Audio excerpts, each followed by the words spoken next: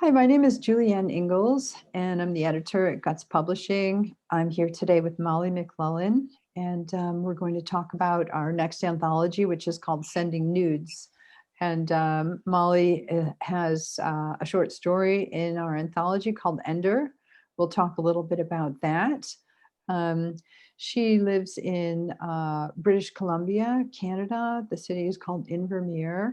And Molly is also has a master's degree in creative writing from Oxford University in the UK. And she's now back home in Canada, where she is a fiction writer. So welcome, Molly McLellan. Hi. And I think we'll just dive right into the questions here. Um, We're so excited that you sent this short story, Molly. It's the title of it is called Ender, and it's wonderful.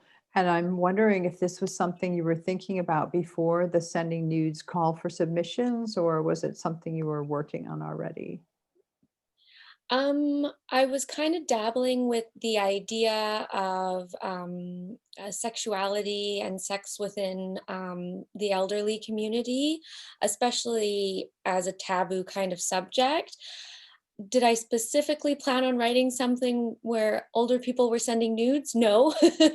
That kind of got inspired by the collective idea of the anthology, but I had been playing with the idea of writing something that focused around elderly people and relationships and, how they deal with all of that. Yeah, it's such a unique point of view. Um, without giving away too much, can you tell us about Ender? Yeah, so Ender's the story of Olive, who's a professional photographer coming into her own and her relationship with her beloved Nona, who one night accidentally sends a nude photo of herself to Olive, which inadvertently sparks an elderly boudoir photo shoot. Okay, good. Um, I think we had one other, there's one other story or poem, I can't remember which, that addresses, yeah, older people sending nudes and what, like, how people feel about that. And you really delve deeply into that and what kind of like reaction your character has to that, that act. Yeah.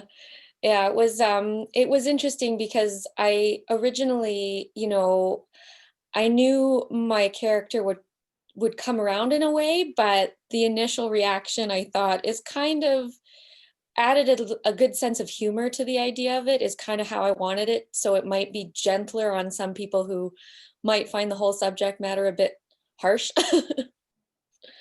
Yeah, it's really sensitively written, really Mm. sensitively written. So I can confirm, that yeah, you were also in our first anthology, stories about penises, and you wrote a short story from the point of view of the penis. Like it's you're a really compassionate writer. Where you really and you think about the angle that no one has thought about. So I enjoy the story so much, and I can't wait for people to read it. So thank you so much for sending it. Um, Well, thank you. I'm glad you guys liked it so much. yeah, absolutely. And I'm wondering, is this the first time you've written about sending nudes? Yes, yes, it is. Okay. And if so, could you see yourself writing more on this theme?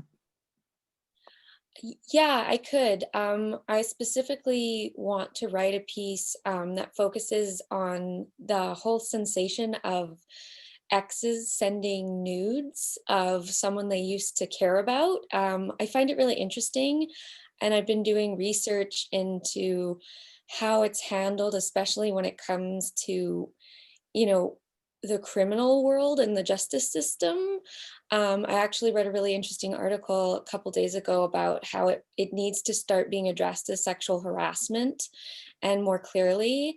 And I think it would be an interesting subject to really research and write something again. Mhm. Because for me, I just can't imagine having cared for someone so much that you had that sort of intimate relationship to then go and expose that part of them or to share it unwillingly. Well, unwilling on the one person's behalf seems such a harsh jump kind of Mm. to do. So I'm interested to see kind of why people feel compelled to do that to someone else. Yeah, it is harsh, and it's one of the consequences of like sharing something so intimate and that feels so safe at the time, and then you have this thing that's so easily duplicated. Like I kind of think about oh, sorry, I'm not a fan of Paris Hilton, but what happened with her and the reason that she actually was thrown into the spotlight was because this video was shared. I don't know. Do you kind of know the story? This video of her I- having Yeah, I sex. remember it briefly. Yeah. Yeah, and began circulating on the internet, and she was mortified, and rightly so, because her ex-partner or ex-boyfriend turned on her, and was trying to, I don't know, get even, or I don't know what, but it was a tragic and fascinating story, because what happened is it launched her career, a career of what? I don't really know what she does, but it put her into the limelight, so that, but it also just really talked about the dangers of sending nudes and taking, videos of intimate moments, and like how very real that is nowadays. Yeah. It And could, it could, it seems yeah, it seems also to become more and more available too, right? The more technology advances, the more opportunity people have to take photos of themselves, to take videos of themselves, and the easier it is to share it. And it gets more and more dangerous in some ways. yeah. Like you do kind of, you lose control at a point, and there's only so much you can't completely protect yourself, but so you're thinking about maybe writing some more about this. Yeah. Yeah. Yeah, great. Well, let me know how it goes. I can't wait to hear about it. So what effect has the pandemic and lockdown had on your writing? Creatively, it initially stunted me pretty badly. The stress of it all. I mean, it was back in March and it was just sort of starting to hit Canada. And I got a phone call from my cardiologist and he just said, you gotta clamp it down. You're too high risk with all your health concerns, which meant losing my seasonal income because I work with the public. I love going out and working in the summertime, especially in this community. Mhm. We go from a population of 3,000 to 12,000 and they need the help, right? And I love being out there. It's a great way to be in the community more. And that just all that stress really hit me pretty hard. But I've come around. Sending nudes definitely helped because when I saw that call for submissions, it really excited me because I had been thinking of a subject matter that would work in that, anthology. And I loved working with you with stories about penises. So kind of invigorated me. And since then I'm back on track. It's not great. I know it'll get better in the new year because I have Mhm. plans for a trilogy that I've been working on. But yeah, it had an effect on me that I didn't see with a lot of my other creative friends. They almost kind of enjoyed being locked up and finally having time away from their job versus Yeah. I was thinking this is too much time away.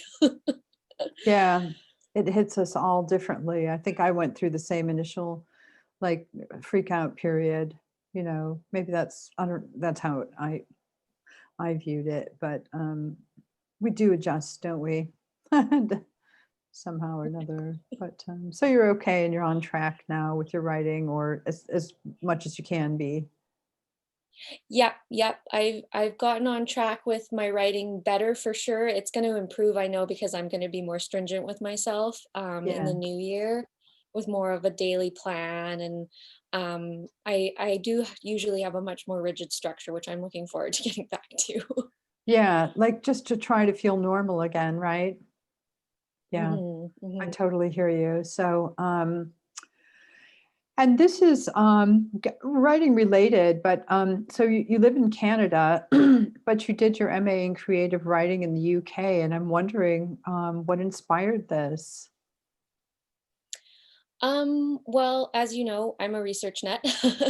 And when I was finishing up my undergraduate in Canada at the University of Victoria, I sat down with one of my favorite professors who was really close to me. And she, Joan McLeod, she's a playwright. And she said to me, I think a master's program is the best idea for you moving forward. It's really going to help you hone your skills and just give you that extra leg up in the writing community and more of a Mhm, competitive leg. mhm, So I started researching and I knew that the three major things I wanted was the strength of the program, an ability to actually focus on a specific form.